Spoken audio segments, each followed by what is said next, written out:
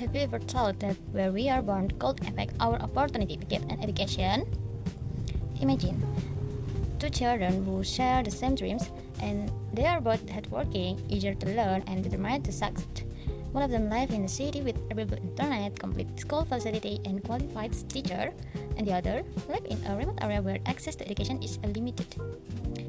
If that's the case, do they really have the same opportunity to achieve their dreams? Okay, so this discussion inspired me to create my infographic entitled Voice from the Remote Areas, knocking on the door of education equality in urban and treaty regions. Assalamualaikum warahmatullahi wabarakatuh. Let me introduce myself. My name is Tanaya Baija Hidayat. My last three-digit ID number is 125. Before we discuss the issues further, let's first understand what urban and treaty regions are.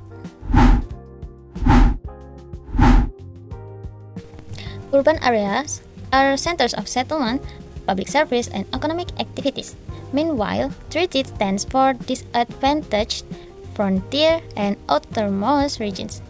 These are areas that the less developed, located near national borders or far from government centers. According to Indonesian Constitution, education is a right for every citizen. This means that every child should have an equal opportunity to learn and develop their potential. However, the reality is quite different. Access to education in Indonesia is still unequal. Students in urban areas generally enjoy better facilities, stronger internet access, and more educational resources than students living in treaty regions. As a result, the quality of education and learning opportunity they receive can be very different. So, what the factors are it? For the first factor is access to technology and information. Today, technology plays an important role in education. Students use the internet to find information, complete assignments, attend online classes, and develop digital skills that are essential for the future. According to the data, we found only about around of 51% of young people aged 15 to 24 possess digital and computer skills, and these skills are concentrated in certain regions. This means that many students are still left behind in the digital era simply because they do not have adequate access to technology. And factor number 2 is economic condition. The second factor, this is reality, right? For many families, and especially those living in remote areas, daily necessities often take priority over education. It shows that among approximately over 3.9 million children were out of school, and 25.5% are unable to continue their education due to financial difficulties. In addition, 21.64% are forced to work to support their families. Just imagine that while some children are focused on their studies and future goals, others have to divide their time between learning and earning a living. This clearly shows how economic challenge can limit educational opportunities. The third factor is quality and distribution of teachers. Many remote schools face shortage of qualified teachers, and some subjects cannot be taught by specialists because there simply are not enough educators available. As a result, students in certain regions might not receive by the same quality of education as students in urban areas. For the last factors is educational facilities. And this is important, alright? There are still schools that lack proper classroom, learning resources, libraries, laboratories, and even safe transportation to school. According to the data from JPPI, nearly 50% of children in some treaty regions only complete elementary school education. This statistic reminds us that many children are not leaving schools because they lack motivation, but because the facilities and support system around them are insufficient. And so, when we look at all these factors together, we can see that educational inequality is not caused by a single issue. It is the result of several interconnected challenges, including technology, economic condition, teacher quality, and educational facilities. When we look at all these factors together, we can see that educational inequality is not caused by a single issue. It is the result of the several interconnected challenges, including technology, economy, condition, teacher quality, and educational facility. More importantly, behind every statistic are real children with real dreams and ambitions. That is why educational inequality should not be seen as a normal situation. It is a challenge that requires our collective attention and action.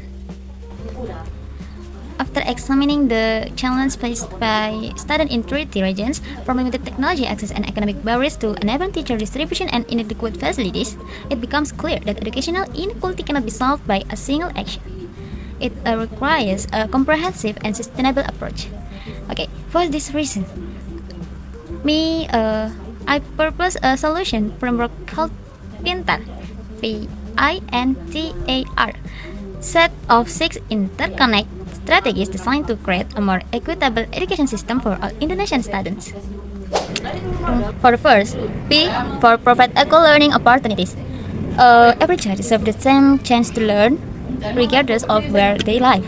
This can be achieved by ensuring that schools in remote areas have access to learning resources, educational facilities, and digital tools comparable to those available in urban schools. Equal opportunity are the foundation of educational justice. And point N for nurture quality and well-distributed teachers. Teachers are the heart of education, alright? Therefore, improving teacher training, professional development, and equitable distribution is essential. Students in remote regions should have the same access to qualified educators and students in major cities. A quality education begins with quality teachers.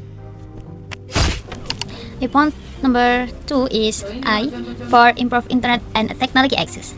In today's digital era, access to technology is no longer a luxury, it is a necessity. Expanded internet coverage and providing educational technology can help students access learning materials, online classes, and information that would otherwise beyond their reach. By breaking the digital divide, we can bridge the educational divide as well. And point T for transform of educational in 3D regions. Many students still face long and difficult journeys just to attend school.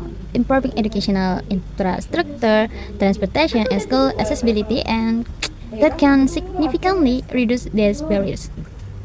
And educational should not depend on how far a student must travel. And point number 5 for assist students through scholarship and educational aid. Financial difficulties should never prevent from a child receiving an education. Financial difficulties should never prevent a child from receiving an education. By expanding scholarship and educational assistance programs, more students can remain in school and continue pursuing their dreams. Investing in students today means investing in the future of the nation. And the last point is R for reform policies for educational equity. Long-term change requires strong and inclusive policies. Governments and stakeholders must prioritize fair funding, balanced resource allocation, and development programs that address the needs of both urban and rural regions. Okay, thank you very much. Sekian. Assalamualaikum warahmatullahi wabarakatuh.